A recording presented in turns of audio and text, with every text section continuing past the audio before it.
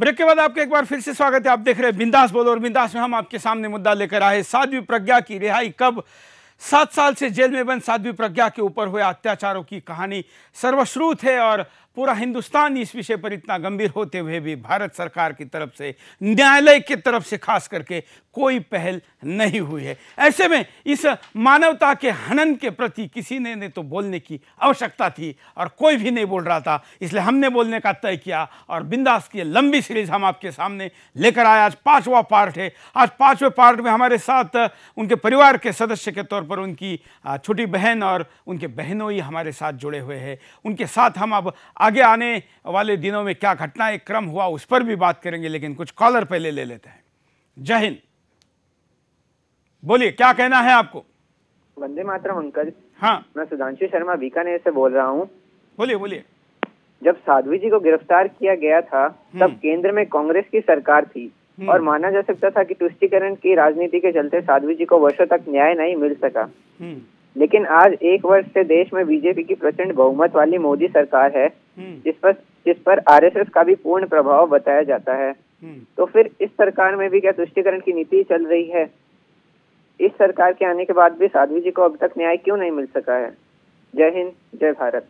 ये सवाल जो संगठनों के नाम लिए, जो दलों के नाम लिए, उनको भी देना होगा। और नरेंद्र मोदी खुद अपने भाषणों में साध्वी जी का नाम ले चुके हैं, लेकिन उनके प्राथमिकता में यह मुद्दा शायद नहीं है। और इसलिए हमको लगता है कि जब हिंदुस्तान आवाज उठाएगा और देश के प्रधानमंत्री से इस बात को पहुंचाएगा तो उनके पास जो भी प्राथमिकता का क्रम है उस क्रम में भी इस न्याय की बात जरूर आएगी। कोई कहेगा कि ये न्यायालय के अधीन है, लेकिन क्या न्यायालय के अधीन राजनीतिक तौर पर किया गया मुद्दा राजनीतिक तरीके से ही न्यायालय से बाहर नहीं निकाला जा सकता? अगर न्यायालय तय करे कि इन मुद्दों को हाथ नहीं लगाना है, टालना है, तो फिर क्या सरकार इस बात को देखती रहेगी? यह भी सवाल है। अगले कॉलर। जय हिंद, वंदे मातरम। सुरेश जी बोलिए। मैं राहुल आर्य अयोध्या से बोल रहा हूँ। हाँ, इस कार्यक्रम और इस सुदर्शन के माध्यम से मेरा समस्त देशवासियों से मात्र एक प्रश्न है कि क्या रानी लक्ष्मीबाई का बार बार जन्म सिर्फ मरने के लिए होगा? और क्या वजह है कि संजय दत्त को एक मच्छर काट लेना भी एक खबर है और साध्वी प्रज्ञा का 7 साल से प्रताड़ना उत्पीड़न भारत के लिए कोई मायने नहीं रखता? मैं इस समस्त देशवासियों से पूछना चाहता हूं, अगले जो कॉलर हो अगर हो सके तो इसका जवाब दे। धन्यवाद। धन्यवाद। बिल्कुल, कुछ लोगों को जेल के अंदर मच्छर काटने की भी खबर बनती है, लेकिन साध्वी प्रज्ञा कैंसर जैसे गंभीर बीमारी से वहां पर पीड़ित है, लेकिन इसकी खबर बनना तो दूर, कोई नाम लेने को तैयार नहीं है क्योंकि खबर कम्युनल लगती है। अगले कॉलर। जय हिंद। हेलो सुरेश जी, नमस्कार। बोलिए, क्या कहना है आपको? हेलो सुरेश जी, नमस्कार। मैं गुवाहाटी से नरेंद्र बोल रहा हूँ। सुरेश जी, या प्रज्ञा साध्वी जी 2 दिन के नरेंद्र मोदी जी को छोड़ देना चाहिए था। अभी जयललिता को बरी कर दिया, सलमान खान को बरी कर दिया, जो दोषी है उनको तो मतलब जेल से बाहर निकाल दिया। प्रज्ञा जी के पास इसके मतलब पैसा देने के लिए नहीं, तभी नरेंद्र मोदी जी ऐसे कर रहे हैं। बड़े दुख की बात है। धन्यवाद। भगवान जी के पास चलते हैं। भगवान जी, हालांकि आपके पहले मैं थोड़ा प्रतिभासी से ये बात करना चाहूँगा कि उनका संन्यास की तरफ कैसे आकर्षण हुआ, क्या ऐसी घटना रही? जैसे आपने एक बताया कि उनकी शिक्षा के प्रति एकदम से वो प्रतिभा जाग गई और वो एकदम कक्षा 8वीं में 3 बार नापास हुई थी, लेकिन डायरेक्ट जिले में पहले आ गई और फिर स्कूल में भी इतनी लीडर के तौर पर उभरी, कॉलेज में उभरी। उसके बाद उस लीडरशिप को ऐसा क्या हो गया कि वो अचानक संन्यास की तरफ गई? उनको जब वो विद्यालय में ही पढ़ती थी, 10वीं 12वीं की ही बात है, तो उस समय से ही ऐसा देखती थी कि महिलाओं और लड़कियों के ऊपर अत्याचार बहुत होते थे। पेपर में पढ़ना और फिर सामने भी देखना होता था। तो इस चीज़ से वो बड़ी आहत थी कि आखिर इनके लिए इनकी चिंता कौन करेगा, आखिर इनके लिए कौन कदम उठाएगा। तो वो इस चीज़ से चिंतित होती थी और उनको ये लगता था कि इनके लिए मैं करूं। हमारे मोहल्ले में भी अगर कुछ हो जाता था तो उसमें भी वो ऐसा करती थी कि जो पीड़ित व्यक्ति है उसका परिवार तो कुछ नहीं बोल रहा, लेकिन वो डंडा लेके पहुंच जाती थी कि लगाओ इनको हाथ। इस तरह से वो नहीं, ये तो लीडरशिप हुई, लेकिन इस लीडरशिप से आगे बढ़कर अध्यात्म का रास्ता क्यों चुना? क्योंकि जो उनकी पर्सनैलिटी थी, जो उनका एजुकेशन था, जो उनकी प्रतिभा थी, और राजनीति में जा सकती थी, शायद आज कहीं पर मंत्री होती, कहीं पर आईएएस और आईपीएस की दिशा में जा सकती थी, किसी अच्छे उद्योगदार घराने से शादी कर सकती थी। ये सारे रास्ते बंद करके उन्होंने आध्यात्म की तरफ जाने का क्यों सोचा? वो शुरू से ही उनके विचार ऐसे थे, कभी पैसा नहीं चाहिए था उनको, और ये स्थिति उनकी बड़ी जब वो हो गई तब भी रही कि मुझे पैसा नहीं चाहिए, मुझे पद नहीं चाहिए, मुझे राजनीति में पद नहीं चाहिए, मुझे कहीं कोई पद नहीं चाहिए, मुझे कोई पैसा नहीं चाहिए, मुझे तो सिर्फ काम करना है। और काम करने की जो उनकी लगन थी वही उनको सन्यास की तरफ ले गई। जो निर्मोह होता है ना, पैसे से नहीं होना, पद से नहीं होना, इस सब के कारण उनमें ये बात पनपती गई। और जो अर्धकुंभ लगा था इलाहाबाद में, इलाहाबाद के अर्धकुंभ में वो गई हुई थी, वो ये सब सोच के नहीं गई थी। वो जब गई हुई थी तो उन्होंने गंगा मैया में हाथ जोड़ के कहा कि ये जो इतना पवित्र वातावरण है यहाँ का, इसमें मुझे लगता है कि शायद मेरे गुरुजी मुझे मिल जाएं। तो उन्होंने ऐसे हाथ जोड़ के और गंगा मैया से कहा कि हे माँ, अगर मेरे गुरु कहीं हैं, मेरे जीवन में अगर गुरु हैं तो मुझे वो मिलें। और वही हुआ कि जूना पीठाधीश्वर श्री महामंडलेश्वर श्री अवधेशानंद जी गिरी उनकी कुटिया में आए, अचानक आए, और उन्होंने उनके सिर पे हाथ रखा। उनकी आंखें बंद हो गईं और दीदी की भी आंखें बंद हो गईं, और उन्होंने आंखें खोली तो बोले कि तुम तो कई जन्मों से सन्यासी हो, इस जन्म में देर क्यों? और उनकी बात का ऐसा असर हुआ उन पे, उन्होंने कहा कि कल तुम्हारा सन्यास है और वो प्रक्रिया शुरू की जाए। और 30 जनवरी 2007 को उनका सन्यास दिवस था और उन्होंने उस दिन सन्यास ग्रहण किया।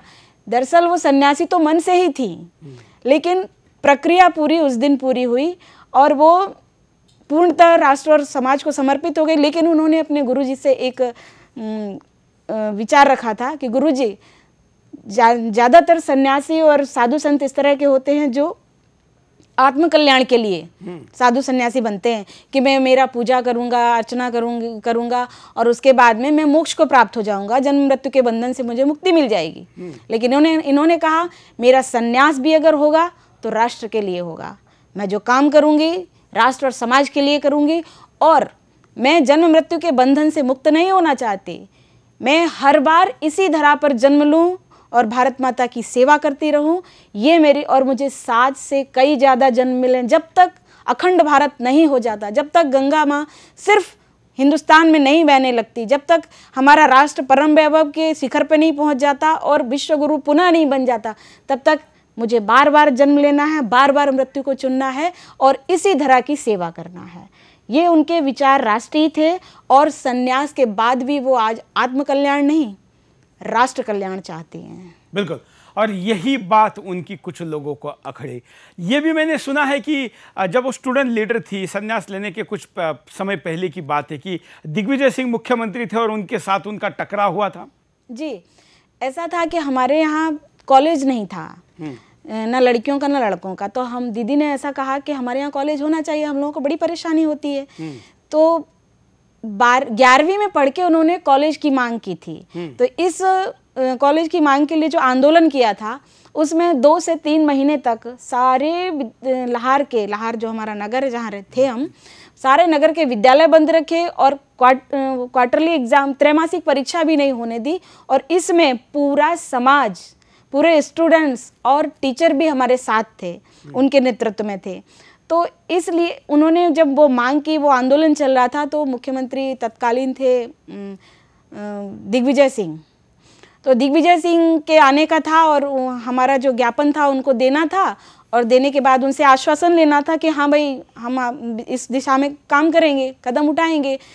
तो मुख्यमंत्री के आने का जो समय था वो समय आधा घंटा लेट हो गया और आधा घंटा लेट होने के कारण दीदी वहाँ से चली आई, सारे स्टूडेंट्स चले आए, तो उनकी संख्या लगभग आधी रह गई। जब वो आधे घंटे बाद आए, दिए हुए समय के बाद आधे घंटे बाद आए जब वो, तो हमें सरकारी अधिकारियों की तरफ से गाड़ी भेजी गई कि जाओ वो जो प्रज्ञा दीदी हैं उनको बुला लाओ और वो अपना ज्ञापन दे लें, अपनी बात कह दें। तो उन्होंने कहा था ले जाओ अपनी गाड़ी, मैं ऐसे किसी भी मुख्यमंत्री से, किसी भी नेता से नहीं मिलना चाहती जो समय का पाबंद नहीं है। जो समय का पाबंद नहीं है वो क्या समाज और राष्ट्र का कार्य करेगा, मैं नहीं मिलना चाहती। तो वो नहीं मिली। तो इसी कारण आप देखिए कि जितने भी वाक्य टीवी पर न्यूज़ चैनल्स में दिखाए जाते हैं, इसी की टीस बोलती है उसको। दिग्विजय सिंह को इसी की टीस बोलती है कि जब जो भी काम, जो भी बात होती है, हर बात में वो दीदी का विरोध करता है। ये टीस उसको कहीं ना कहीं अभी भी कचोटती है कि मेरी गलती पे किसी एक साधारण सी स्टूडेंट ने मुझे बोल दिया। और यह कहा जाता है कि जो उनकी जो उभरता हुआ नेतृत्व है वो ओडिशा के किसी घटना में सामने आ गया और फिर तब वो निशाने पे आ गई कि अब इनको चुनना है निशाने के तौर पर। जी, वो जब संन्यास हुआ उनका, उसके कुछ समय बाद ही ऐसा हुआ था कि उड़ीसा का जो बनवासी क्षेत्र है, उस क्षेत्र में कन्वर्शन चलता था, जिसे धर्मांतरण बोलते हैं। धर्मांतरण चलता है, ईसाई मिशनरीज बनवासियों को ईसाई बनाते थे। वहाँ एक लक्ष्मणानंद जी करके एक संत थे, वो वहाँ अपना काम चला रहे थे कि भाई ऐसा कन्वर्शन मत करो, मना कर रहे थे कि ऐसा ठीक नहीं है। तो इस बात की चिंता, तो ईसाइयों ने क्या किया था कि उनको, आप पिछला रिकॉर्ड देख लीजिए मीडिया का, तो उनको काट के उनके इतने इतने टुकड़े करके बाथरूम में भर दिया था। तो इस का विरोध करने के लिए और इस उनकी आत्म शांति के लिए साधु समाज ने एक सभा बुलाई थी। उस सभा में दीदी भी गई थी। दीदी चूँकि संत थी इसलिए वो भी गई थी। और उन सभी का वक्तव्य जो था वो ऐसा था कि ये सब नहीं होना चाहिए। चूँकि दीदी बहुत प्रखर थी इसलिए दीदी ने इस प्रकार का भाषण दिया, इस प्रकार का ओजस्वी तरीके से वो बोली कि लोगों को बहुत समझ में आया। और बहुत सारे जो धर्मांतरण करके हिंदू ईसाई बना लिए गए थे, उन्होंने कहा कि नहीं, ये धर्म बुरा है, ये ऐसा करते हैं, इसलिए हमें ऐसा नहीं करना चाहिए। इस बात की पूरी खबर, नाम ले देती हूँ, कार्यक्रम बिंदास बोल है, इस बात की पूरी खबर सोनिया गांधी ने मंगवाई और उसी दिन से उसको खटका हो गया कि अगर ये साध्वी बाहर रही, अगर इसने अपना काम शुरू रखा, इस तरह से ओजस्वी भाषण से लोगों को अगर वो ईसाई नहीं बनने दिया, कन्वर्शन अगर नहीं होने दिया, तो फिर हमारा काम तो पूरा खराब ही हो जाएगा, हमारी सत्ता तो टिक ही नहीं सकती। इसलिए सोनिया गांधी ने आदेश दिया पुलिस को कि इस साध्वी को किसी ना किसी ऐसे केस में डालो कि वर्षों तक इसको बाहर नहीं आए, वरना इसका ये जो आग उगलती है ना अपने भाषणों में, ये जो हिंदुत्व की बात करती है, ये जो कन्वर्शन को रोकने की बात करती है, इससे ईसाई मिशनरीज का मटिया मैट हो जाएगा। इसके तहत बहुत देर तक उस इन्वेस्टिगेशन एजेंसी ने और पुलिस ने, हम आपके पास दोबारा आएंगे और कांग्रेस से भी इसकी प्रतिक्रिया चाहेंगे। जो बात आप कह रहे हैं इस पर उनकी क्या प्रतिक्रिया है। कॉलर के पास चलते हैं। जय हिंद। जय हिंद। बोलिए। प्रेस भाई जी नमस्कार। हाँ, मैं कहना चाहता हूं कि न्यायपालिका का ये जो दोहरा व्यवहार है, जनता का विश्वास इससे उठ रहा है। एक तरफ तो जयललिता, सलमान खान, संजय दत्त जैसे लोगों के साथ वरीयता बरती जाती है, तुरंत उनको दिया जाता है, और देश के साधु सन्यासी, कोई आरोप नहीं, ऐसे लोग जेलों में बंद हैं, उनके साथ न्याय कब होगा? जनता पूछ रही है कि कब न्याय करेंगे। ऐसा ना हो कि इसके ऊपर विश्वास उठे न्यायपालिका पर और यह जनता सड़कों पर आ जाए, उस समय इस देश को संभालना कठिन होगा सबके लिए। जय हिंद। धन्यवाद। अगले कॉलर के पास चलते हैं। जय हिंद। बोलिए। सुरेश जी नमस्कार, मैं अमित भट्ट यूएसए से बोल रहा हूँ, न्यू जर्सी से। मैं प्रोग्राम देख रहा हूँ। धन्यवाद पहले साध्वी के बारे में बताने के लिए। मुझे सुनने के बाद आंखों में आंसू आ गए जब मैं उनके बहन से उनके बारे में सुन रहा था। ये हाल है हमारे ऐसे लोगों का जो कि नेशनलिस्ट है, जो देश के लिए काम करना चाहते हैं, और उनको जेल के अंदर डाला गया है। इनको निकालने की पूरे देश भर में अब मुहिम छिड़नी चाहिए और हर हिंदू को जुटना चाहिए और हर न्यूज चैनल में आप शादी के बारे में बात होनी चाहिए। हमें मालूम है सोनिया गांधी की वजह से वो अंदर गई हैं। स्वामी आत्मानंद जी भी सोनिया गांधी की वजह से अंदर गए हैं, एंटी कन्वर्शन के चक्कर चलते हुए। अब साध्वी जी को बाहर निकालना चाहिए। धन्यवाद। हम विदेश में बैठे हुए लोगों को कहेंगे कि जो साध्वी जी के लिए एक मिशन चल रहा है सोशल मीडिया पर, जस्टिस फॉर साध्वी प्रज्ञा, इससे भी कई लोग जुड़कर जो बात आगे बढ़ा रहे हैं, उस पर आपकी बात को आप रख सकते हैं, जिसको हम अपने चैनल पर ज़रूर दिखाएंगे। हम चलते हैं भगवान जी के पास। भगवान जी, यहाँ तक की तो बात प्रतिभा जी ने बताई, अब इसके बाद की घटना जो कि सबसे ज़्यादा गंभीर और झकझोर देने वाली है, हम आपके मुंह से सुनना चाहेंगे कि पहले कॉल से लेके साध्वी जी को इनलीगल 14 दिन के डिटेंशन तक क्या घटनाक्रम रहा। एक एक करके आपसे भी सुनेंगे, कॉलर के पास भी जाएंगे। भगवान जी, मैं आपके चैनल के माध्यम से हम अपने देश के कानूनविद, राजनीतिज्ञ और जनसामान्य शिक्षित वर्ग को यह स्पष्ट करना चाहता हूं कि महाराष्ट्र सरकार ने जो एटीएस बनाई वह हमारे लिए बिल्कुल पूरा फुल फॉर्म तो एंटी टेररिस्ट स्क्वाड है, लेकिन उन्होंने एंटी ट्रूथ स्क्वाड का काम किया। 8 तारीख को सूरत मेरे घर पर एक सावंत नाम का इंस्पेक्टर एटीएस का महाराष्ट्र से पहुंचा और उन्होंने साध्वी जी के बारे में थोड़ी चर्चा की और ऐसा उन्होंने कहा कि मुझे उनसे संपर्क करना है, मुझे उनका फ़ोन नंबर चाहिए। फ़ोन नंबर लिया, उन्होंने बात की। उस समय अपने परिवार में विजयादशमी का कार्यक्रम चल रहा था, साध्वी जी उस अनुष्ठान में थी। उन्होंने कहा कि साध्वी जी, आपने सामाजिक कार्य किए हैं, राष्ट्रभक्ति से भरे हुए कार्य किए हैं, आपसे हमारे ऑफिसरों को कुछ आवश्यक सूचनाओं की आवश्यकता है जो देश हित में है, तो क्या आप आना चाहेंगी? साध्वी जी ने अपनी आने की असमर्थता बताई कि अनुष्ठान में बैठी हूँ और यदि इस तरह की कोई बात है तो मेरे पास आप सब लोग आ जाएं। लेकिन उस इंस्पेक्टर ने वहाँ आने से इनकार किया और फिर से उन्होंने निवेदन की कि नहीं नहीं नहीं, आप आ जाएंगी तो बहुत अच्छा रहेगा और देश हित का कार्य है, देश हित के कार्य में आपकी सहभागिता हम लोगों के लिए बहुत ज़रूरी है। साध्वी जी ने अपने अनुष्ठान को छोड़ दी। उन्होंने वहाँ से टिकट बना करके और सूरत आकर के अपने एक शिष्य के घर पर ठहरी। उसी सावंत जी को फ़ोन किया, फिर सावंत जी आए। वहाँ पर उन्होंने चर्चा की कि साध्वी जी, आपकी कोई मोटरसाइकिल मालेगांव में ब्लास्ट की है। अब यह हमारे समाज में लगभग सारे लोग जानते हैं, देश के सारे लोग जानते हैं।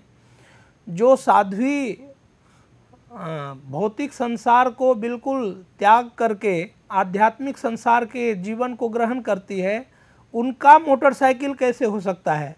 लेकिन हम इस बात को स्वीकार किए हैं, साध्वी जी ने स्वीकार की कि हाँ, मेरे पास एक मोटरसाइकिल था, लेकिन उसे हम 4 वर्ष 5 वर्ष पहले बेच चुके हैं। इस तरह की बात आई। लेकिन वास्तव में यदि सच्चाई की कोई बात होती तब तो पूछताछ की बात और आगे बढ़ती, लेकिन उन्होंने बहुत ही अपनी कनिंग, जो उनका षड्यंत्र था, उसके निमित्त उन्होंने साध्वी जी को सूरत से मुंबई चलने के लिए तैयार कर लिया। और राष्ट्रभक्ति के लिए काम करना है तो साध्वी जी जब 7 जन्म तक करने की बात कह रही है, आज भी वो कहती हैं कि जब तक हमारा राष्ट्र परम वैभव पर नहीं पहुंचता है, हमारा देश समृद्धशाली नहीं बनता है, शक्तिशाली नहीं बनता है, तो राष्ट्र में क्रांति के लिए मैं 7 जन्मों तक जन्म लूंगी और अपने राष्ट्र को परम वैभव विश्व गुरु के पद पर बिठाने के कार्य के लिए मैं कार्य करूंगी। तो तैयार हो गई और महाराष्ट्र एटीएस के इंस्पेक्टर, कनिंग इंस्पेक्टर कहें, ऐसे इंस्पेक्टर उनको गाड़ी में बिठा करके सूरत से मुंबई तक, मुंबई में काला चौकी नाम का एक पुलिस चौकी है जिसमें एटीएस के लगभग ऑफिसर बैठते हैं, स्टाफ बैठते हैं, बिना किसी महिला स्टाफ के काला चौकी तक ले गए। रात में 12 बजे काला चौकी पहुंचते हैं। उन साध्वी जी को काला चौकी में ही रखा जाता है और उनसे एक ही प्रश्न 3 दिनों तक पूछते हैं, जैसा कि स्टेशन डायरी में उन्होंने जिक्र किया है। अब 3 दिनों तक एक प्रश्न पूछना, केवल यही पूछना कि साध्वी जी आपकी मोटरसाइकिल मालेगांव पहुंची है, उसमें ब्लास्ट कैसे हुआ। यही प्रश्न 3 दिनों तक चला। अपने सत्य के मार्ग में अडिग साध्वी जी ने स्पष्ट उनको बताया कि इस नंबर की मोटरसाइकिल मेरे पास तो थी, लेकिन उसको हमने बेच दी है। अब उससे मेरा लेना देना क्या, उसके बारे में मैं कैसे आपको बता सकती हूँ। तो आपका कागज भी दिए, उसके कागज भी दिए कि भाई हमने तो ये दूसरे को बेच दी है, इस व्यक्ति को बेच दी है, इसके ये कागज है और हमारे पास उसका पैसा आया है, बेच चुके हैं। अब वो क्या हुआ कैसे हुआ ये तो हम नहीं बता सकते। इसके लिए टॉर्चरिंग की, और टॉर्चरिंग की लिमिट तो आप ये देखिए कि एक तो उनको इलीगल तरीके से बिना रात के 12 से 2 के बीच उनको ले गए और बिना किसी लेडीज पुलिस के ले गए, एक तरह से किडनैपिंग जैसा किया, और फिर उन्हें 14 दिन तक इलीगल तरीके से रखा। और जब मैं उनसे मिलने गई, भगवान जी आप फ़ोन करते थे इंस्पेक्टर सावंत को कि दीदी कहाँ हैं, कब आ रही हैं, तो ये इंस्पेक्टर सावंत ही उन्हें रोज़ाना कहते थे आज टिकट नहीं मिला है, कल का टिकट करा के भेज देंगे। फिर दीदी से ज़बरदस्ती फ़ोन करवाते थे कि आप कह दीजिए कि मैं 2 दिन बाद आ रही हूँ, मुझे लेने आ जाना स्टेशन पे। ऐसे ऐसे उन्होंने 14 दिन निकाले हैं और फिर 15वें दिन कह दिया कि हमने उन्हें अरेस्ट कर लिया। इन 14 दिनों में जी जो उनके ऊपर अत्याचार हुए, उनको हॉस्पिटल में एडमिट करना पड़ा, उस घटना का भी कुछ ब्यौरा आप दे पाएंगे? बिल्कुल, मैं बताता हूं कि 13 तारीख तक तो उनकी स्थिति यह चलती रही कि यह प्रश्न पूछते गए। 14 तारीख को उसी एटीएस की टीम ने साध्वी जी को काला चौकी से उठा करके किसी राजदूत नाम का वहाँ होटल है, उस होटल में कमरा बुक करा करके साध्वी जी और उसके सेवक भीम भाई पसरीचा दोनों को ले गए और उस होटल में ले जा करके एक सर्कल बना करके, इंस्पेक्टरों के सर्कल बना करके इस तरह से वो फुटबॉल के जैसे एक साइड से मारे तो दूसरे साइड आए, दूसरे साइड से मारे तो तीसरे साइड जाए, इस तरह से फुटबॉल के जैसे मारा। उस मारपीट में उनके हृदय पर एक लात पड़ी जिसके कारण उनके फेफड़े की झिल्ली फट गई, जिसको झिल्ली फटने के कारण बेहोश हो गई और एटीएस के सारे स्टाफ मिलकर के फिर जब वो बेहोशी अवस्था में थी तो वहाँ के शुश्रूषा हॉस्पिटल में उनको एडमिट किया, जहाँ 3 दिनों तक वो वेंटिलेटर पर थी। और यह बात मैं संपूर्ण प्रमाण के साथ कह रहा हूँ, शुश्रूषा हॉस्पिटल के डॉक्टर का यह रिपोर्ट है कि उनको नीमोमीडिया स्टेनम हुआ है। अब नीमोमीडिया स्टेनम डॉक्टर सारे जानते हैं कि फेफड़े की झिल्ली फट जाना और उसमें हवा भर जाना, ऐसी स्थिति में 3 दिनों तक वो बेहोश रही है। वहाँ से चौथे दिन, अब कुछ लीगल इनकी मजबूरियाँ थी एटीएस की, चौथे दिन इन्होंने फिर वहाँ से उठा करके वजह हॉस्पिटल में एडमिट किया। वजह हॉस्पिटल में कुछ तबीयत सुधरी, वहाँ से उठा करके फिर से केम हॉस्पिटल मुंबई में एडमिट किया, वहाँ से ले जा करके फिर से काला चौकी में यही प्रश्न। और जो उनके साथ मारपीट हुई, सामान्यतः पुलिस रूल्स ये कहते हैं कि किसी भी महिला का अगर इंट्रोगेशन करना है तो वहाँ महिला अधिकारी चाहिए, महिला पुलिस की ऑफिसर होनी चाहिए। तो यह आप जो बता रहे ये तो सारे पुरुष थे। बिल्कुल, और पुरुष एक महिला को लात मारते थे भी जी। तो ये हाँ, वो भी सर्कल बना करके सारे पुरुष अधिकारी, क्योंकि इस तरह की बात होती थी। एक सुवर्णा सिंधे करके स्टाफ, वहाँ लेडी स्टाफ थी एटीएस काला चौकी में, उनको मारने के लिए कहा गया। तो अब औरत का हाथ, महिला का हाथ और मारपीट कितने हद तक उनका चल सकता है। तो जब वो मार रही थी, मारती थी वो अपनी पूरी ताकत से मारती थी, लेकिन उसकी मार को देख करके वहाँ के कुछ इंस्पेक्टर जो अपने को जाबाज इंस्पेक्टर मानते हैं, जिन्होंने महिलाओं के ऊपर हाथ उठाना अपना धर्म समझा। उन्होंने अपने हाथ वो बाजू पर से कपड़े मोड़ करके और उस महिला स्टाफ को सिखाना चालू किया कि देखो मारने का तरीका कौन सा होता है। और उसके बाद उन्होंने ये परमवीर सिंह, खानविलकर और 12-13 ऐसे नाम हैं जिन्होंने पराक्रम पूर्वक महिला के ऊपर यह प्रयास किया कि देखो तुम कैसे यह स्वीकार नहीं करती हो कि मालेगांव में तुमने ब्लास्ट की है। एक उद्देश्य, एकमात्र इन लोगों का उद्देश्य था। यहाँ पर उनके शिष्य को कहा गया कि उनको मारो। जी, उनके शिष्य को कहा गया कि तुम इनको मारो। तो उसने कहा कि मैं तो नहीं मार सकता, ये तो मेरे गुरु हैं। तो फिर उस शिष्य को भी उन्होंने बहुत मारा और शिष्य से भी कहा कि मारो। तो दीदी, तो अगर वो शिष्य दीदी को नहीं मार रहा था तो फिर वो उसे मार रहे थे। तो दीदी उसकी मार नहीं देख सकी, इसलिए दीदी ने कहा कि तुम मुझे मारो। तो उसने फिर मजबूरी में आके दीदी को मारा, दीदी को बेल्ट मारे। और जब मैं उनसे मिलने गई थी काला चौकी में, तो मैंने देखा था कि दीदी के इतने इतने हाथ जो थे वो काले थे। पिटाई करते थे और गर्म पानी करके उसमें नमक डाल करके बोलते थे इसमें हाथ डालो। नारियल की रस्सी देते थे कि इस रस्सी से घिसो, इस तरह करके। और उस लात जो बार बार इन लोगों ने फुटबॉल बना करके मारा, उसके कारण उनके रीढ़ की हड्डी टूट गई है, जिसके कारण आज 7 वर्षों से साध्वी जी अपने पैर पर स्वयं खड़ी नहीं हो पाई है। इसमें थोड़ी सी बात और विचारणीय मैं बता रहा हूँ कि जो उनके स्पाइनल में भी जख्म हो गई, बिल्कुल बिल्कुल, और कमर की हड्डी टूट गई, मन के खिसक गए। और एक यूथ यंग और वो भी डायनामिक यंग व्यक्ति की हड्डी टूटने के लिए तो बहुत बड़े टॉर्चर की जरूरत है। एक CPA BPA ट्रेंड और फिजिकल कंप्लीट फिटनेस, जो दूसरे को फिजिकल की शिक्षा दे, जो उदाहरण स्वरूप जिनका बॉडी था, उसको इस प्रकार से पीट पीट करके तोड़ दिया। उनके स्पाइन में जो तकलीफ हुई है उसका कारण ये था कि जब उनको खड़े करके मारते थे, उन्हें खड़े करके मारते थे। फिर एक और तरीका उन्होंने निकाला कि ये मार से नहीं टूट रही हैं, मारने के पिटाई कर करके भी ये बात नहीं कबूल रही है कि हाँ उन्हीं ने किया है ब्लास्ट। तो उन्होंने फिर गालियाँ देनी चालू की, माँ, पिताजी, बहन, भाई, यहाँ तक कि उनके गुरुदेव को भी उन्होंने बहुत गालियाँ दी जो वो नहीं सुन पाती थी। और एक बार तो उन्हें खड़ा किया कि खड़ी हो जाओ, वो खड़ी हो गई। उन्होंने एक जब थक जाता था मारते मारते तो दूसरा मारने लगता था। इस तरह से सारे लोग उन्हें मारते थे और फिर बोले स्टूल पे बैठ जाओ।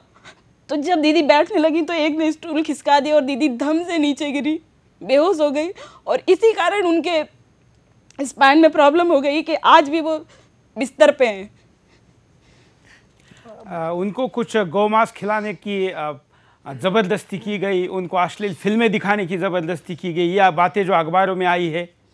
बिल्कुल, उनको पहले तो कुछ इंस्पेक्टर सब वहाँ इतने धर्मनिरपेक्ष हैं कि उन्होंने प्रयास यह किया कि पूछा इनसे कि आप प्रवचन करती हैं तो किस पर प्रवचन करती हैं।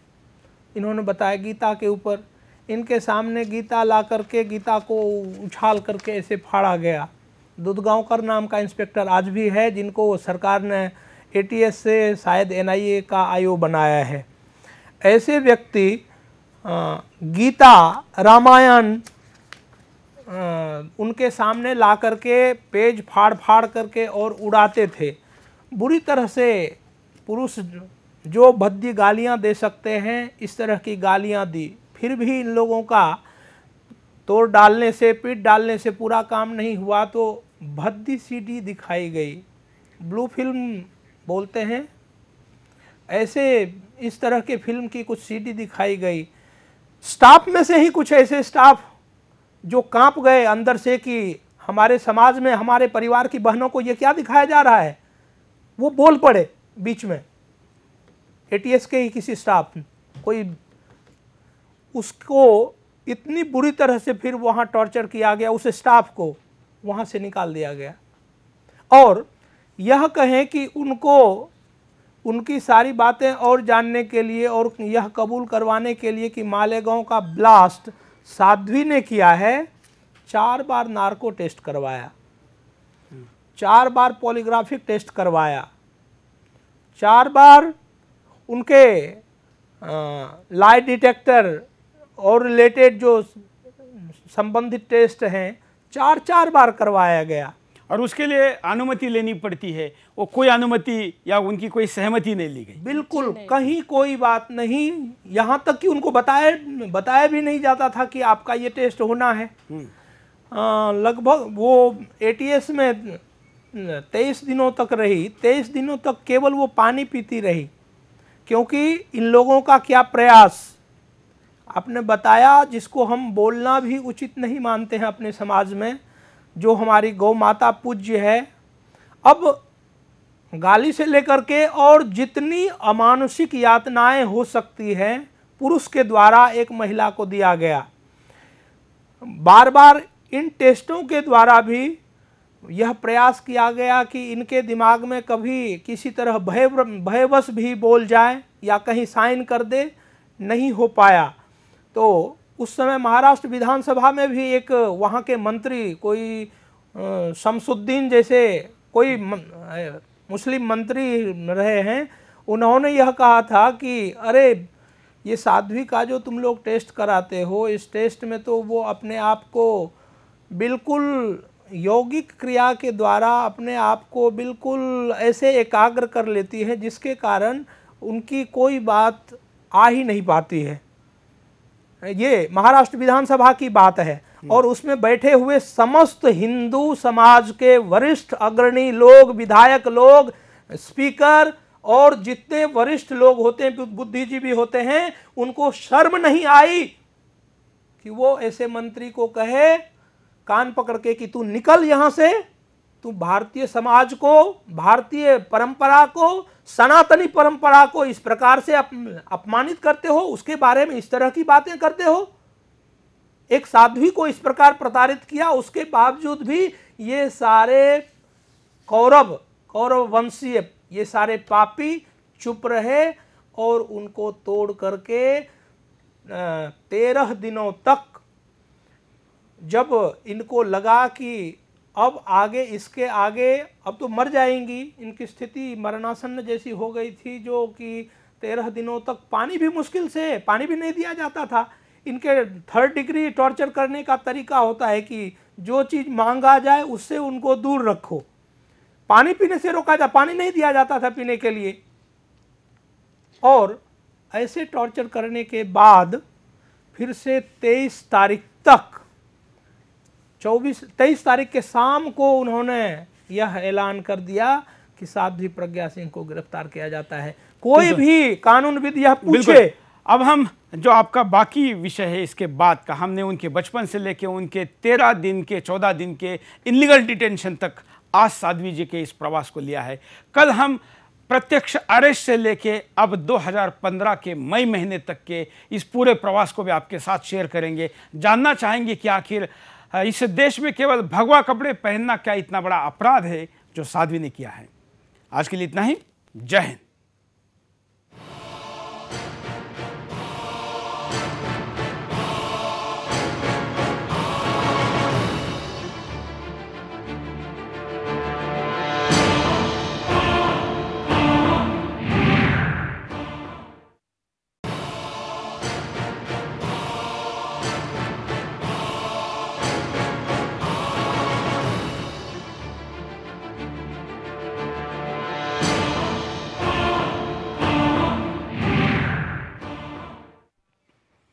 नमस्कार, मैं हूं सुरेश चौहान और आप देख रहे हैं बिंदास बोल। बिंदास में हम आपके सामने लगातार 5वें दिन मुद्दा लेकर आए हैं, साध्वी प्रज्ञा ठाकुर को न्याय कब।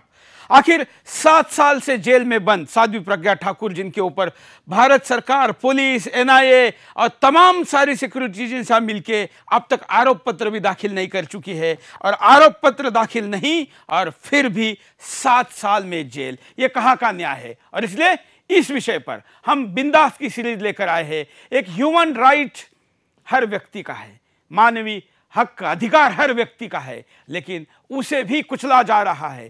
केवल कुछ चंद लोगों के खुशहाली के लिए, खुशी के लिए, वोटों के लिए ये खेल शुरू हुआ था 7 साल पहले कि कोई ना कोई हिंदू आतंकवादी भी दिखना चाहिए।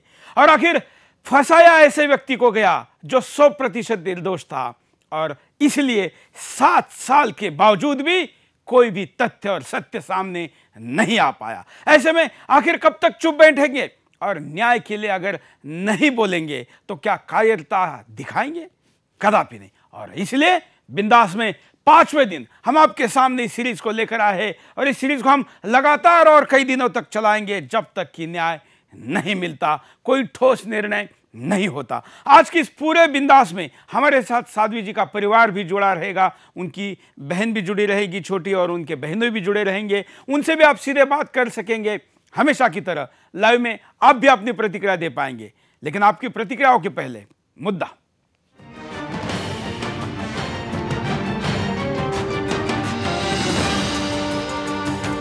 साध्वी प्रज्ञा जी बचपन से ही समाज की सेवा के लिए कार्य करती थी और अपने आसपास के क्षेत्र में कहीं भी कोई भी अत्याचार या अन्याय देखती थी तो उसके खिलाफ अपनी आवाज बुलंद करती थी। अपने विद्यार्थी जीवन में भी साध्वी प्रज्ञा जी बड़ी ही मेधावी छात्रा थी और साथ ही 10वीं और 12वीं की परीक्षा में उन्होंने प्रथम स्थान प्राप्त किया था।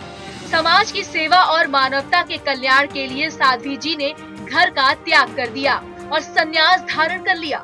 लेकिन आज साध्वी प्रज्ञा सिंह ठाकुर जी उस अपराध की सजा भुगत रही हैं, जो उन्होंने कभी किया ही नहीं, और पिछले 7 सालों से जेल की सलाखों के पीछे कैद हैं, जिन पर साल 2008 में हुए मालेगांव बम ब्लास्ट का केवल शक के आधार पर आरोप है और 7 सालों से जेल की सलाखों के पीछे कैद हैं।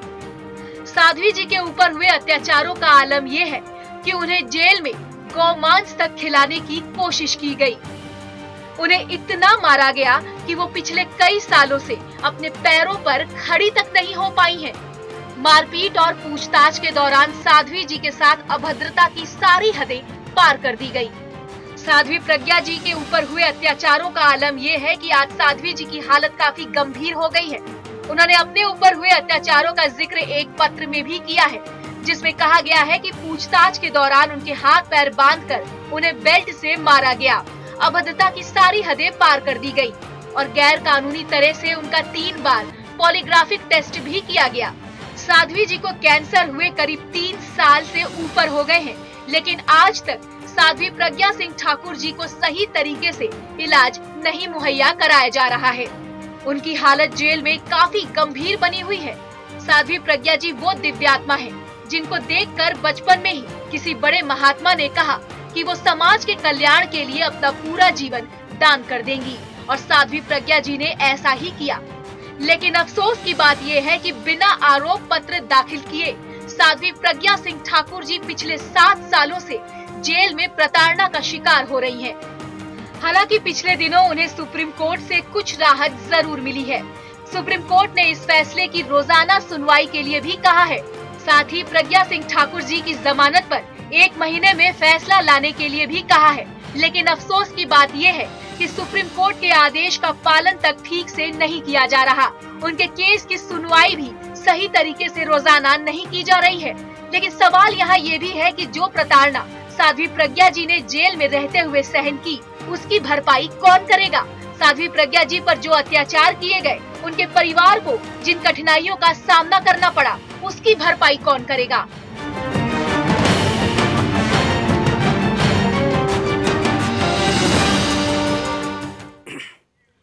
हमारे साथ इस पूरे कार्यक्रम में 2 विशेष मेहमान जुड़े रहेंगे। साध्वी प्रज्ञा जी की बहन है प्रतिभा जी। प्रतिभा जी, आपका स्वागत है इस शो में।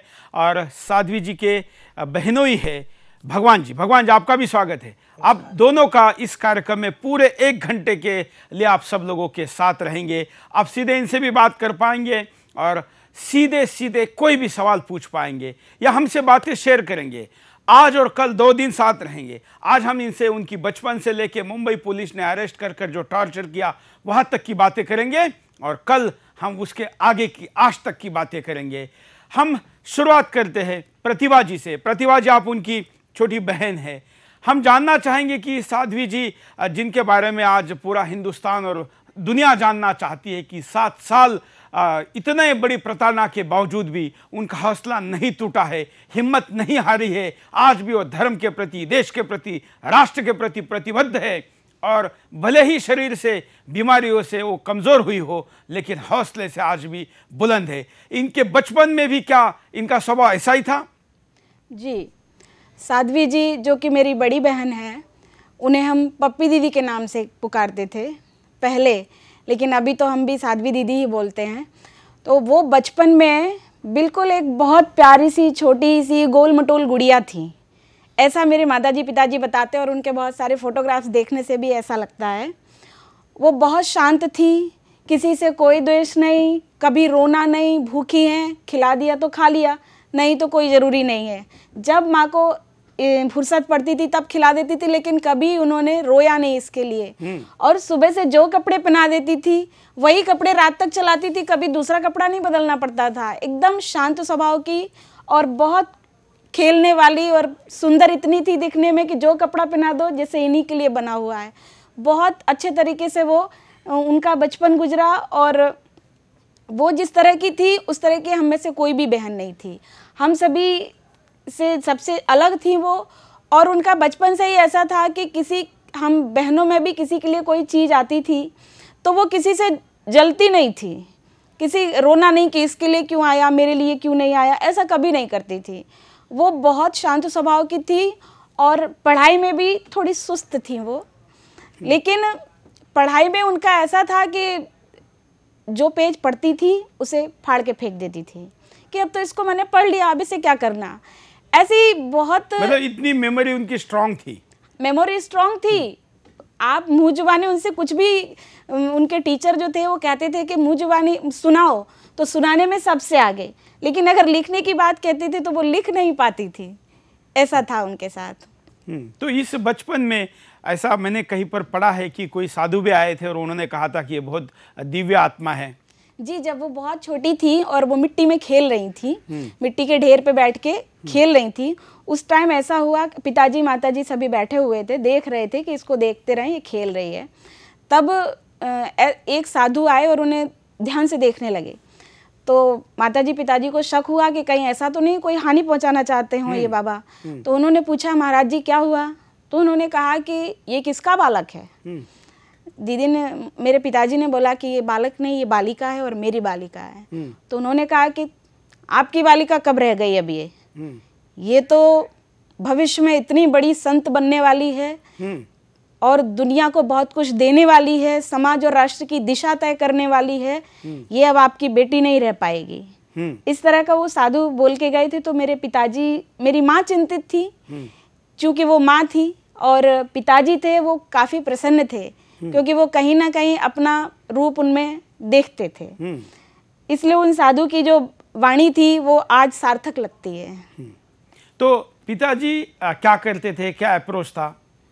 पिताजी संघ में सक्रिय थे। वो पहले बहुत बड़े कांग्रेसी थे, लेकिन जब से इमरजेंसी लगाई थी इंदिरा गांधी के टाइम में, तो उस समय जो भीषण अत्याचार उन्होंने आम पब्लिक पे देखा था, तो कि लोगों को वो नसबंदी जैसा कोई कार्यक्रम चलाया था पुरुषों की, तो उससे घबरा के लोग जंगलों में भाग जाते थे। गांव के लोग रात नहीं देखते थे, जंगलों में भाग जाते थे।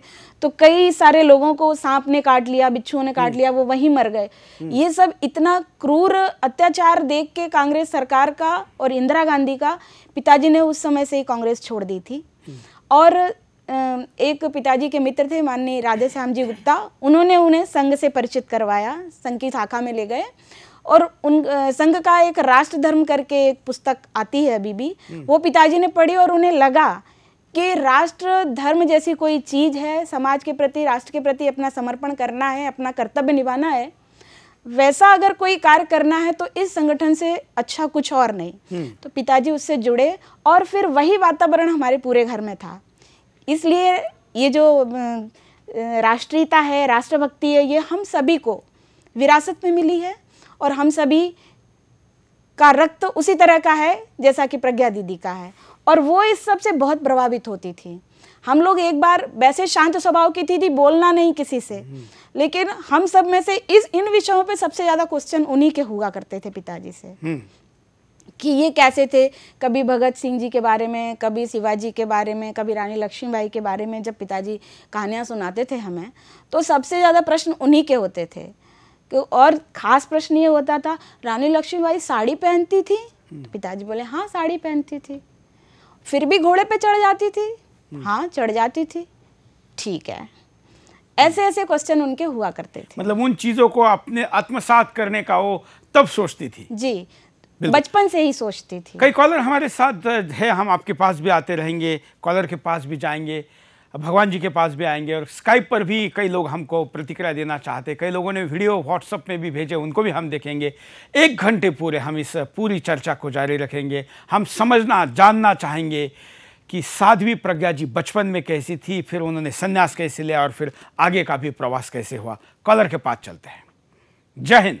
सुरेश भाई राम राम। सुरेश भाई मैं कहना चाह रहा कि हमारी बहन जो साध्वी प्रज्ञा है इसने जो है हमारे नाम के जो बलिदान करे भी, उसके नाम का जो है निस्वार्थ देशभक्ति के नाम का भारत रत्न मिलना चाह। और जो ये गद्दार जो जज बैठे और जो नेता हैं और जो ये दूसरे हैं, इनकी भी माँ बहनों के साथ ऐसा व्यवहार करना चाह। जो साध्वी बहन जब मेरी बहन के साथ ऐसा व्यवहार हो रहा, तो इनकी माँ बहनों के साथ क्यों नहीं हो सकता? ये सारे के सारे षड्यंत्र जो रचे जहाँ ये देश में जो मुगल गद्दार है, इनकी वोट के नाम पे करे, जहाँ जो कुछ भी हो बस मुल्लों की वोट दे दो, हिंदू को फंसा दो, देशभक्त आदमी को निशाने पर लगा दो, बस। धन्यवाद।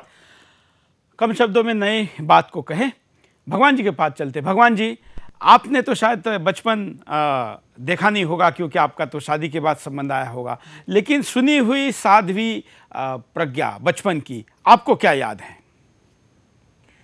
मुझे याद है कि बचपन से ही उनमें एक अद्भुत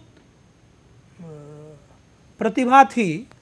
वो प्रतिभा इस प्रकार कि कहीं कोई व्यावसायिक क्षेत्र में जाना, किसी बड़े पद पर जाना, अधिकारी ऑफिसर बनना, इस प्रकार की कोई लालसा कदापि नहीं थी। छोटी छोटी बातों को, राष्ट्रभक्ति की बातों को जानना, लोगों के किस प्रकार से मदद सहयोग करना, और एक लिंग में स्त्री होते हुए भी कदापि उन्होंने यह नहीं सोचा कि मैं एक लड़की हूँ, लड़की होकर के समाज के बीच, पुरुषों के बीच जाकर के किसी भी समस्या का कैसे समाधान करना, उसमें किस तरह की सहभागिता निभाना। लीडरशिप उनमें थी, जो आप कह रहे हैं कि लीडरशिप जो वाली बिल्कुल थी। बचपन से। बिल्कुल। मैं प्रतिभा जी से भी जानना चाहूँगा। प्रतिभा जी, ऐसी कुछ इमोशनल यादों को आप याद करेगी बचपन की, जो कि आज साध्वी जी आपके आंखों के सामने 7 साल वो जेल में है और हॉस्पिटल में भी है, शायद आप ही उनकी सेवा में वहाँ पर रुकी है। ऐसे में आपको उस बचपन की याद आ रही है, ऐसी घटना क्या है? वो बचपन में उन्हें माँ थी, तो वो ये क्या हुआ था कि बचपन में जब ये पढ़ाई करती थी तो 8वीं कक्षा में ये 3 बार फेल हुई थी। 8वीं कक्षा में जो 3 बार फेल होने का कारण था वो यही था, पढ़ाई में ज़्यादा मन नहीं लगना, बस ये करना कि उस वहाँ जाके हम क्या कर सकते हैं, उस दोस्त की मदद कैसे कर सकते हैं, वो चाचा जी हैं उनकी मदद कैसे कर सकते हैं, यही इनके मन में ज़्यादा रहता था। तो 3 बार फेल होने के कारण फिर पढ़ाई के लिए मना कर दिया, अब मैं पढ़ूंगी नहीं, एक ही कक्षा में बार बार नहीं पढ़ूंगी। तो पिताजी, माँ ने एक तरीका अपनाया कि इनको है ना, सारे बच्चों की अपेक्षा इनको ज़्यादा काम करवाएंगे, सारे बच्चों की अपेक्षा इनको बाद में खाना देंगे, सब बच्चों को पहले देंगे, इन्हें बाद में देंगे। इस तरह की टॉर्चरिंग रहेगी तो ये पढ़ने लग जाएंगी। माँ ने यही किया और इसके कारण उनसे ज़्यादा काम लेते थे। ज़्यादा काम लेने के कारण बाद में खाना भी देते थे। हम सभी स्कूल जाते थे, वो नहीं जाती थी। एक बार 26 जनवरी की बात है कि सुबह सुबह हम सभी स्कूल जाना था, चूँकि वो स्वतंत्रता का पर्व है, अपना डेमोक्रेटिक वो गणतंत्र दिवस, जी गणतंत्र दिवस है, तो उसको गए जाना था। तो माँ ने सबके कपड़े प्रेस उन्हीं से करवाए, सबके स्कूल ड्रेस उन्हीं से प्रेस करवाई, सुबह का नाश्ता उन्हीं से बनवाया और सबको उन्हीं से नाश्ता दिलवाया। और बाद में जब वो नाश्ता करने लगी तो उन्हें बोला कि तुम बाद में करना, इन सबको तो स्कूल जाना, तुम्हें स्कूल थोड़ा ही जाना है। तो वो बहुत दुखी हुई और हम सभी स्कूल चले गए। सर्दी का समय था, रात को जब हम लोग स्कूल से जब हम लोग आए तो पिताजी रात को जब घर आए तो हम सभी ने अपने अपने विद्यालय की सारी बातें बताई। कि हमारे स्कूल में आज ऐसा हुआ, हमारे स्कूल में आज ऐसा हुआ, ये सारी बातें हो रही थी। और प्रज्ञा दीदी कमरे में अंदर रजाई ओढ़ के सो रही थी। उस समय ऐसा हुआ कि एक अचानक तेज आवाज आई चिल्लाने की। पता चला कि ये आवाज़ दीदी की है और वो कमरे में से आ रही है। तो उनके पास जाके जब देखा तो वो बहुत तेज बुखार में तप रही थी, एकदम लाल थी और बहुत चिल्ला रही थी। चिल्लाने में बोल रही थी, मैं क्यों नहीं पढ़ूंगी, मैं भी पढ़ूंगी, सब स्कूल जाते हैं, मैं भी स्कूल जाऊंगी, इस तरह का बोल रही थी। बहुत मुश्किल से उन्हें शांत किया गया। पिताजी ने जब उन्हें बहुत डांटा तो शांत होकर सो गई। रात को जब ये सब के बाद पिताजी आए माताजी के पास, हम लोग के पास, बोले कि अपन ने जो तरीका अपनाया इनको फिर से पढ़ाई के लिए तैयार करने का, उसमें अपन सफल हो गए हैं।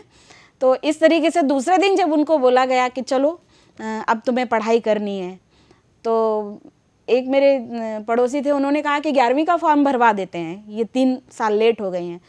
तो मेरे पिताजी ने कहा नहीं, पढ़ेगी तो 8वीं में ही पढ़ेगी। 8वीं का फॉर्म भरवाया उनको और उन्हें अच्छी पढ़ाई की। और 1 महीने के अंदर उनके गुरुजी थे श्री कैलाश नारायण जी प्रजापति, वो सिर्फ लिखते थे, वही पढ़ते थे, वही सब कुछ करते थे और वो सिर्फ देखती रहती थी। इतने में ही उन्होंने जिला टॉप किया था 8वीं में। जिला? जी, जिला में सबसे अच्छा, मतलब कई हजार स्टूडेंट होंगे। जी, कई हजार स्टूडेंट थे और उनमें उनका सबसे पहला नंबर आया था। बोलती बिल्कुल नहीं थी, सिर्फ देखती थी, वो जो सवाल हल करते थे इस तरह से। तो इतने में ही उन्होंने फटाफट उन्होंने ये जो किया है। उसके बाद 10वीं में बहुत अच्छे नंबरों से पास हुई, 12वीं में फिर उन्होंने कभी पीछे मुड़ के नहीं देखा और यहीं से उनका एक नया जीवन प्रारंभ होता है।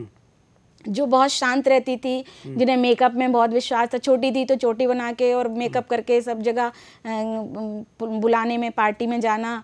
और 8वीं में जब उन्होंने इस तरह, उस दिन जिस तरह से उन्होंने चिल्लाई हैं और ये सब कहा है, उसके बाद उनका ऐसा लगता है जैसे दूसरा ही जीवन प्रारंभ हो गया है।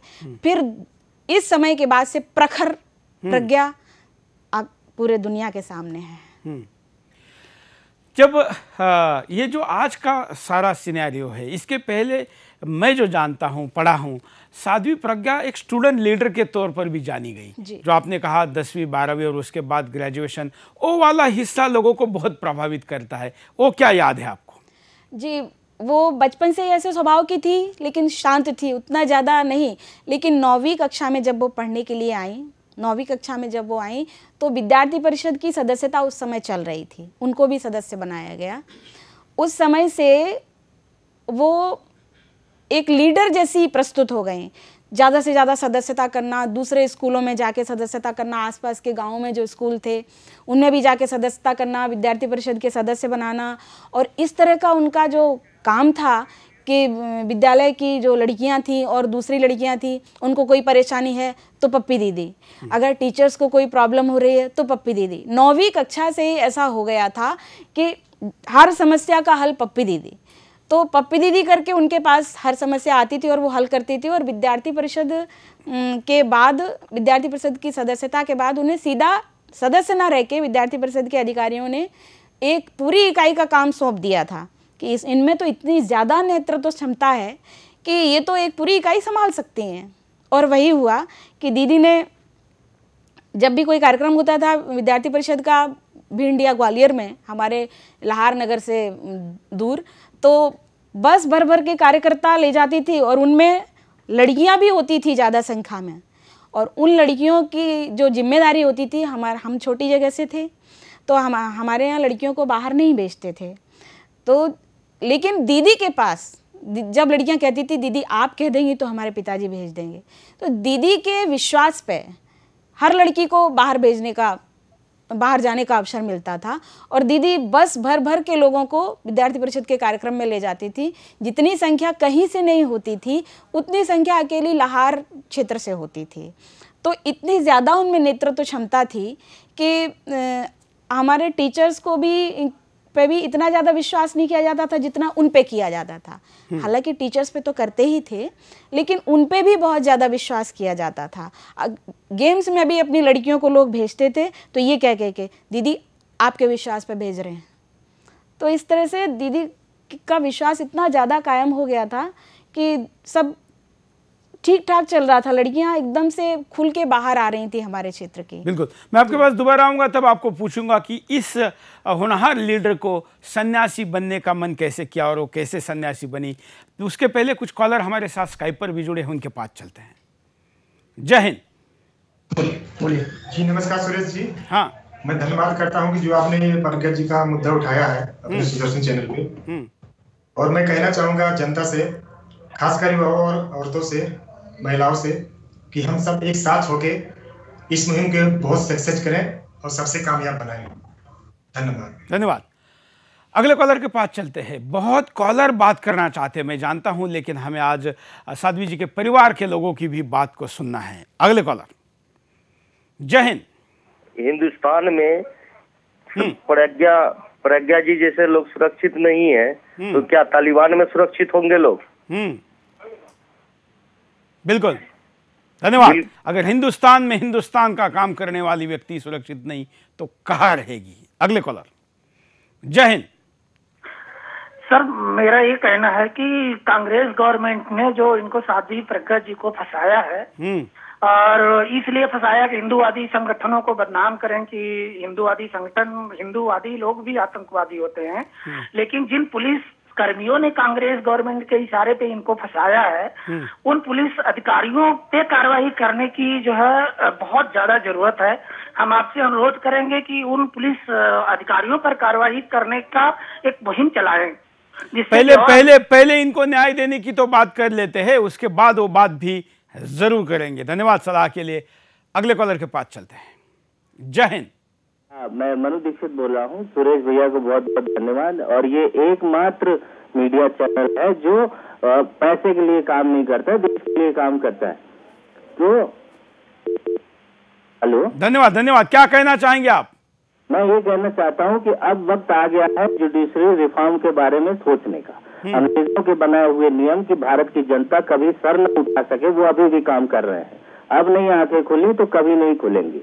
और ये हिंदुस्तान के खिलाफ की लड़ाई अभी तक चली आ रही है, हमें कोई आजादी मिली नहीं है।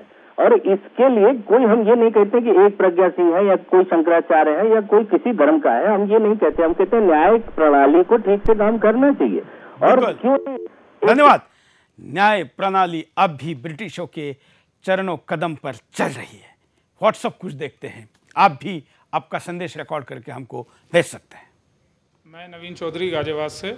ये पहले तो सुरेश जी आपका धन्यवाद कि आपने ये बहुत ही अच्छा मुद्दा उठाया है जो प्रज्ञा ठाकुर जी के लिए। और आज के टाइम में आप देख रहे हैं कि निर्दोष व्यक्ति को काफ़ी समय से जेल में रखा जा रहा है और जो दोषी हैं वो 2 मिनट के अंदर उनको जमानत मिल रही है। अगर इसी तरह से रहेगा तो हमारे देश की न्यायपालिका और जो हमारे देश की जो सरकार है वो क्या कर रही है? अगर इसी तरह से रहेगा। मैं धर्मेंद्र कुमार इलाहाबाद से। और सलमान खान को जमानत दे देगी, जो कि उन पर आरोप सिद्ध हो चुका है, फिर भी उनको जमानत देगी। जो बहन 6 साल से जेल के अंदर प्रताड़ित हैं, उनको कोई जमानत नहीं, जो कि उन पर कोई आरोप सिद्ध नहीं। मैं अरविंद वर्मा, झांसी बुंदेलखंड से, हिंदू वाहिनी का बुंदेलखंड का प्रभारी। सुदर्शन चैनल के माध्यम से मैं देश के प्रधानमंत्री माननीय नरेंद्र भाई मोदी जी को और मध्य प्रदेश के मुख्यमंत्री बड़े भाई शिवराज सिंह चौहान जी को कहना चाहता हूं कि हमारी बहन प्रज्ञा ठाकुर कहेंगे कि कम शब्दों में अपनी बात को भेजे तो आपकी बात हम दिखा पाएंगे, इसलिए 5-10 सेकंड से ज़्यादा ना हो। यहाँ पर रुकते एक छोटे से ब्रेक के लिए, ब्रेक के बाद दोबारा आएंगे। बिंदास बोल जा रहे।